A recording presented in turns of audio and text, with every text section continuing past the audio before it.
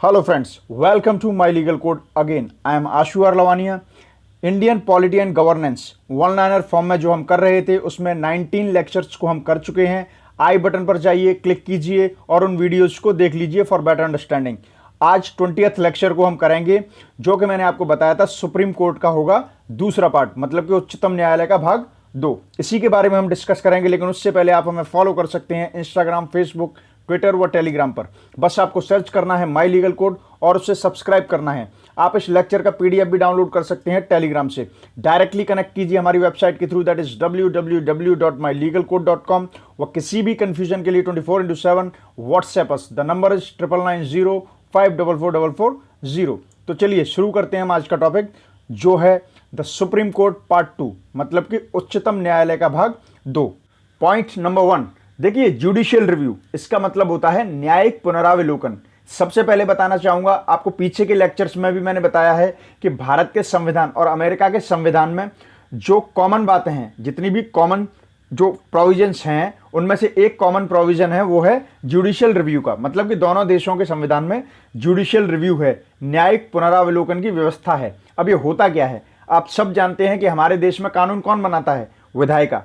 तो मान लीजिए कि विधायिका ने कोई कानून बनाया, लेकिन बाद में उसे कोर्ट में चैलेंज किया गया, और कोर्ट में चैलेंज करने पर उसमें कार्रवाई पर कोर्ट को पता चलता है कि यह जो कानून बनाया गया है वह भारतीय संवैधानिक सीमाओं से बाहर है, यह भारत की संवैधानिक व्यवस्था को वायलेट करता है। ठीक है, तो ऐसे में क्या होगा, हमारे देश में न्यायपालिका के पास पावर है कि उस बनाए हुए कानून को नल एंड वॉइड यानी कि अवैध करार दे सकती है। इसी को कहते हैं जुडिशियल रिव्यू।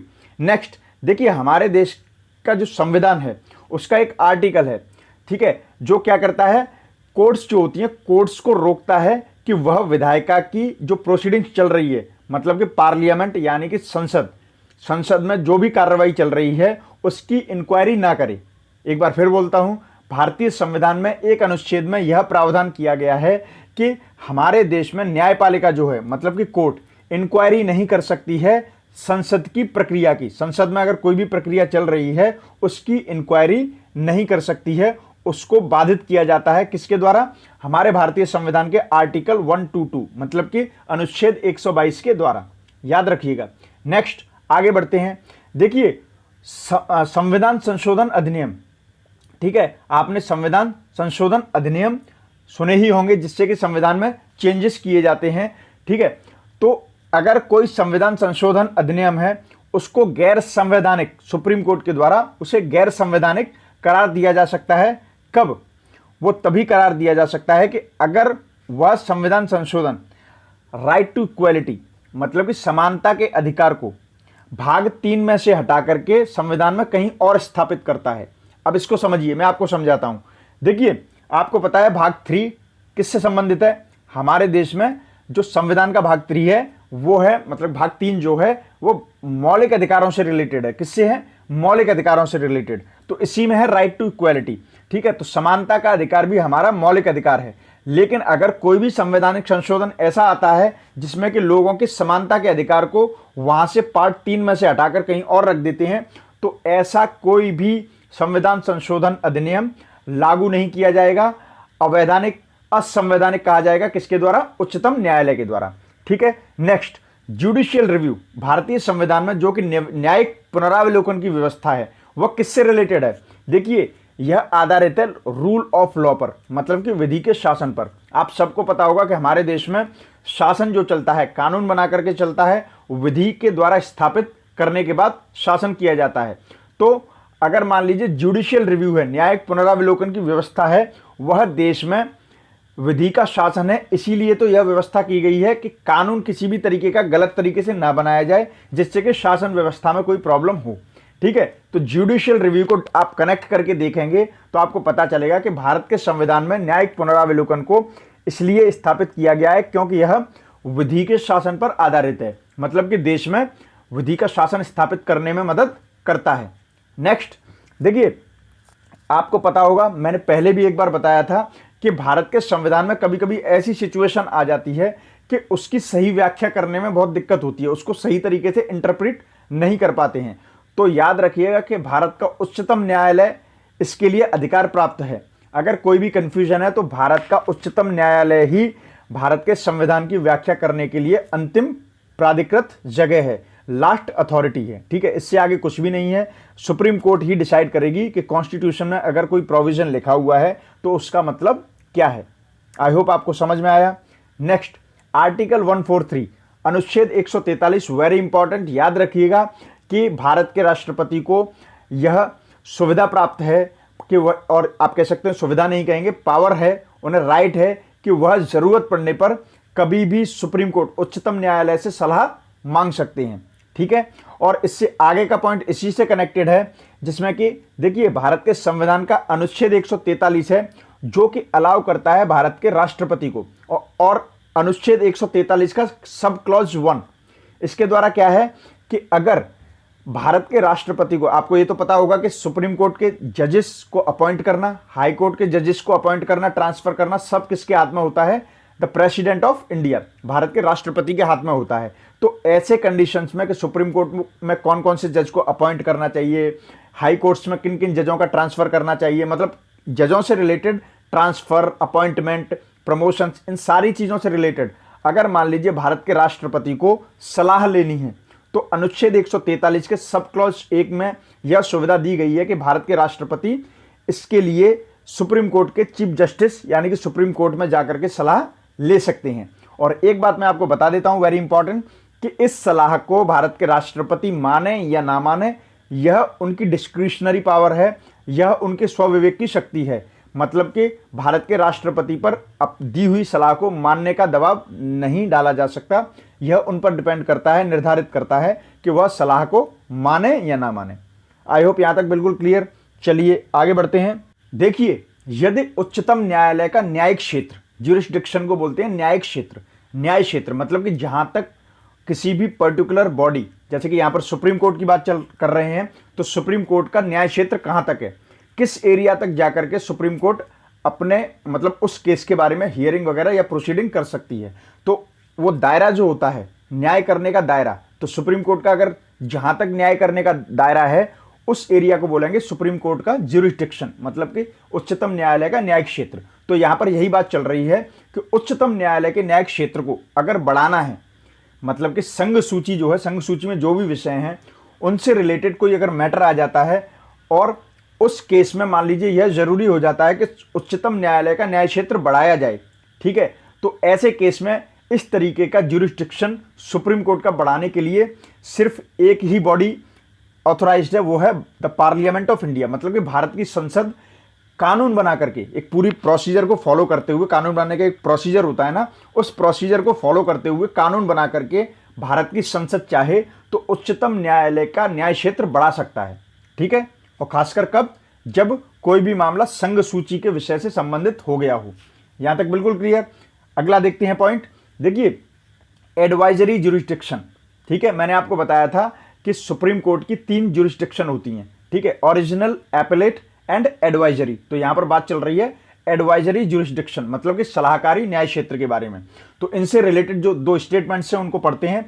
देखिए, सबसे पहले जो बात है वो ये है कि the full bench of the Supreme Court hears any reference made to it under its power of advisory jurisdiction. ठीक है, मान लीजिए कोई भी प्रोविजन सुप्रीम कोर्ट के सामने आया, सुप्रीम कोर्ट की बेंच के सामने आया, ठीक है, और सुप्रीम कोर्ट इसमें अपनी एडवाइस दे सकता है, और सुप्रीम कोर्ट इसमें एडवाइस दे सकता है संवैधानिक माध्यम से, तो वह उसकी पावर ऑफ एडवाइजरी ज्यूरिसडिक्शन है। ठीक है, लेकिन मैं आपको और क्लियर कर देता हूं, अगले पॉइंट्स और आने वाले कुछ पॉइंट्स से और ज्यादा क्लियर हो जाएगा। एडवाइजरी ज्यूरिसडिक्शन जो होता है, मतलब कि उच्चतम न्यायालय का सलाहकारी जो न्याय क्षेत्र होता है, उसमें रिलेटेड कुछ डेफिनेट पॉइंट्स होते हैं। अगला पॉइंट ये है कि देखिए, सुप्रीम कोर्ट से अगर एडवाइस मांगी गई, संवैधानिक दायरे में रह करके एडवाइस ली गई, एडवाइजरी ज्यूरिसडिक्शन में रह करके, मतलब कि वह सुप्रीम कोर्ट सलाह देती है, लेकिन जो सलाह दी जाती है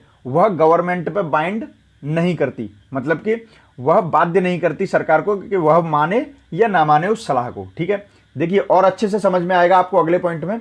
देखिए, उच्चतम न्यायालय की जो एडवाइजरी पावर्स होती क्या हैं, पहले भी मैंने पिछले लेक्चर में भी आपको बताया था, लेकिन इसमें और बता देता हूं कि प्रेसिडेंट कुछ ऐसा कानून आ जाता है या कोई ऐसा फैक्ट होता है जो कि लोकहित में है, पब्लिक इंपॉर्टेंस में है, और प्रेसिडेंट मतलब कि भारत के राष्ट्रपति को लगता है कि मुझे इसके बारे में एक कानूनी लीगल एक्सपर्टेंसी चाहिए, मतलब कि लीगल एडवाइस चाहिए, तो भारत के राष्ट्रपति उच्चतम न्यायालय के पास जाते हैं और उनसे सलाह ले सकते हैं।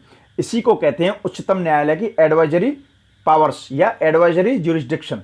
ठीक है, अब यहां पर फिर मैं बोल देता हूं कि इस सुप्रीम कोर्ट के द्वारा दी हुई सलाह को प्रेसिडेंट माने या ना माने, यह प्रेसिडेंट पर डिपेंड करता है, वह बाध्य नहीं है मानने के लिए। ठीक है, नेक्स्ट आगे बढ़ते हैं। उच्चतम न्यायालय, जो भारतीय उच्चतम न्यायालय है, वो अपनी एडवाइस किसे देता है? देखिए सेम क्वेश्चन है, उसी को रिपीट किया है। अगर मान लीजिए भारत के राष्ट्रपति एडवाइस के लिए डिमांड करते हैं तो भारत के उच्चतम न्यायालय उन्हें एडवाइस कर सकता है, सलाह दे सकता है। सिंपल। देखिए हमारे इंडिया की हिस्ट्री में एक ऐसे जज हुए हैं जो डायरेक्ट सुप्रीम कोर्ट के जज बने, उससे पहले हाई कोर्ट के जज नहीं रहे किसी भी तरीके से। उनका नाम है जस्टिस एल नागेश्वर राव। ठीक है, नेक्स्ट देखिए, the source of the basic structure theory of the constitution in India is judicial interpretation.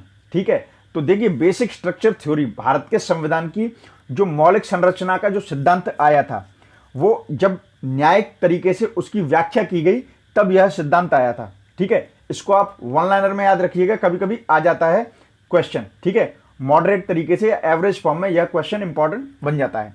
Next, the concept of PIL. PIL stands for public interest litigation, मतलब कि जनहित याचिका बोलते हैं, आपने सुना होगा जरूर। ठीक है, तो the concept of PIL originated in the United states. ठीक है, संयुक्त राज्य से पीआईएल का कॉन्सेप्ट भारत में आया। ठीक है, चलिए आगे बढ़ते हैं। भारतीय उच्चतम न्यायालय ने हमारे देश के जो संविधान में कुछ अनुच्छेद ऐसे हैं जिनको कि ऐसा बेसिक स्ट्रक्चर बताया है कि उनके साथ छेड़छाड़ नहीं कर सकते, इनवायलेबल बेसिक स्ट्रक्चर। आप इनको याद रखिएगा, आर्टिकल 32, 226, 227। ठीक है, मैं आर्टिकल 32 से ही आपको समझाने की कोशिश करता हूं, आप जानते भी होंगे। इसे कहते हैं राइट टू कॉन्स्टिट्यूशनल रेमेडीज, मतलब कि संवैधानिक उपचारों का अधिकार।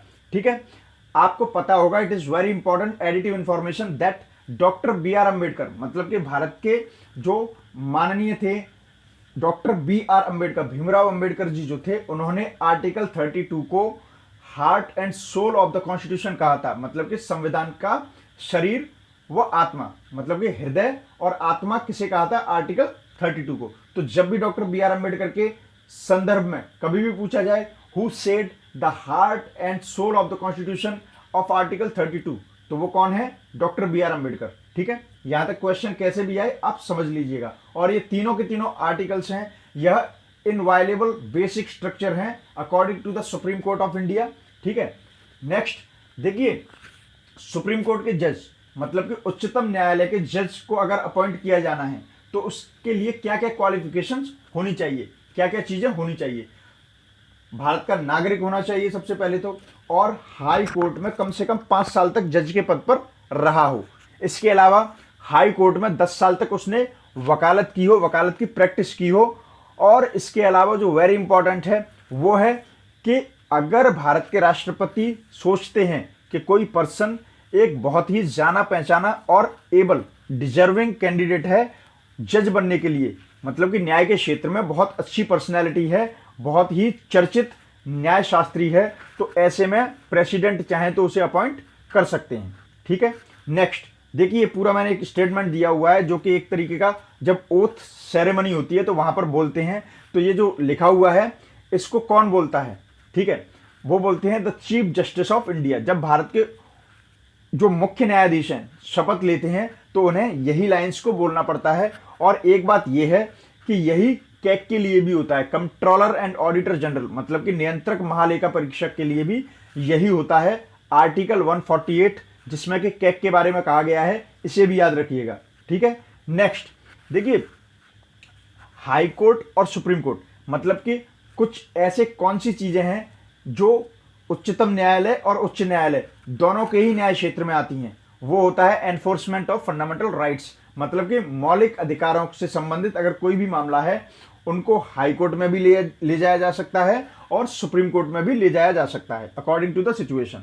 नेक्स्ट देखिए कोई भी केस है, पूरे भारत में कोई भी केस है, उस किसी को कहीं से कहीं पर भी ट्रांसफर करने का जो पावर है वो किसके हाथ में है? भारत के उच्चतम न्यायालय के हाथ में, the Supreme Court of India. Next, justice V R Krishna Iyer is considered as, देखिए इस नाम को याद रखिएगा, very very very important. V R Krishna Iyer का जब भी नाम आएगा तो आपने सुना होगा PIL, पब्लिक इंटरेस्ट लिटिगेशन, अभी मैंने बात की थी जनहित याचिका बोलते हैं, ठीक है। तो इसको भारत में भारतीय न्यायिक व्यवस्था में इंट्रोड्यूस करने में जिन लोगों का नाम आता है उनमें एक वन ऑफ द मेजर और one of the most important names V R Krishna Iyer, याद रखिएगा इसे। Next, the Supreme Court can change its judgement, देखिए भारत के उच्चतम न्यायालय को यह पावर मिली हुई है, यह अधिकार है कि वह जरूरत पड़ने पर अपने ही जजमेंट को चेंज कर सकती है। अब देखिए चेंज करने का मतलब ये नहीं है कोई, दिस इज नॉट डिक्टेटरशिप। अगर उच्चतम न्यायालय को यह प्रतीत होता है कि जजमेंट में कोई भी गड़बड़ी हुई है या न्याय मिलने में किसी भी तरीके की कोई गलती हुई है, तो ऐसे केसेस में उच्चतम न्यायालय अपने जजमेंट को चेंज भी कर सकता है। आई होप यहां तक बिल्कुल क्लियर। चलिए आगे बढ़ते हैं। देखिए एक बात याद रखिएगा, एक वर्ड होता है कोर्ट ऑफ रिकॉर्ड, मतलब कि भारत की उच्चतम न्यायालय एक कोर्ट ऑफ रिकॉर्ड है, ठीक है। इसका मतलब क्या होता है? इसके दो मतलब होते हैं। सबसे पहली बात, उच्चतम न्यायालय ने किसी भी मामले में कोई भी जजमेंट दिया है, उसको किसी भी कोर्ट में संपूर्ण भारत के क्षेत्र में, मतलब कोई भी ऐसी कोर्ट नहीं है जहां पर उसको चैलेंज किया जा सके या उस पर कोई क्वेश्चन उठाया जा सके। आपके सामने one of the best examples recently Ram जन्मभूमि का मामला, फाइनल वर्डिक्ट आ गया सुप्रीम कोर्ट की तरफ से, अब कोई ऐसी कोर्ट नहीं है जहां पर उसे क्वेश्चन किया जा सके, पहली बात। दूसरी बात, भारत में उच्चतम न्यायालय को जो कोर्ट ऑफ रिकॉर्ड कहा जाता है, उसका दूसरा मतलब यह भी है कि अगर कोर्ट की अवमानना की जाती है तो कोर्ट इसके लिए पनिश भी कर सकती है, सजा भी दे सकती है, ठीक है। नेक्स्ट, देखिए कोर्ट्स, भारत में कोर्ट्स जो हैं जिन्हें कोर्ट ऑफ रिकॉर्ड कहा जाता है, मतलब कोर्ट्स ऑफ रिकॉर्ड, जैसे कि अभी मैं बात कर रहा था, तो उच्चतम न्यायालय को तो कहते ही हैं अनुच्छेद 129 के माध्यम से, मतलब कि भारतीय संविधान में अनुच्छेद 129 में कहा गया है the Supreme Court to be the court of record. इसके साथ साथ एक कोर्ट ऑफ रिकॉर्ड और है हमारे देश में, हर राज्य की उच्च न्यायालय, हर राज्य का उच्च न्यायालय, the high courts of every state, ठीक है। आर्टिकल 215 पढ़ेंगे, मतलब कि भारत के संविधान का अनुच्छेद 215 कहता है high courts of every state to be the court of record also. तो इसे याद रखिएगा, सुप्रीम कोर्ट और हाई कोर्ट दोनों ही कोर्ट ऑफ रिकॉर्ड हैं। और कोर्ट ऑफ रिकॉर्ड का मतलब क्या होता है, इससे जस्ट पहले वाले वन लाइनर में मैंने डिफाइन कर दिया है। नेक्स्ट आगे बढ़ते हैं। देखिए सुप्रीम कोर्ट अपनी मीटिंग्स को न्यू दिल्ली में करती है, सब जानते हैं नई दिल्ली में अपनी मीटिंग्स को करती है, लेकिन जरूरत पड़ने पर अगर वह भारत के राष्ट्रपति से अप्रूवल ले लेती है, भारत के राष्ट्रपति से अप्रूवल लेने के साथ ही वह पूरे भारत में, संपूर्ण भारत में या कहीं पर भी कोई भी मीटिंग फिक्स कर सकती है। कौन? भारत का उच्चतम न्यायालय।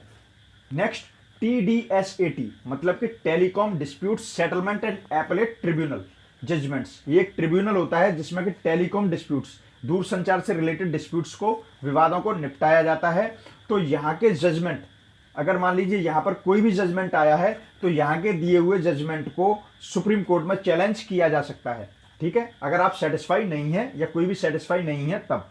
Next, PIL public interest litigation मतलब कि जनहित याचिका। जनहित याचिका क्या है?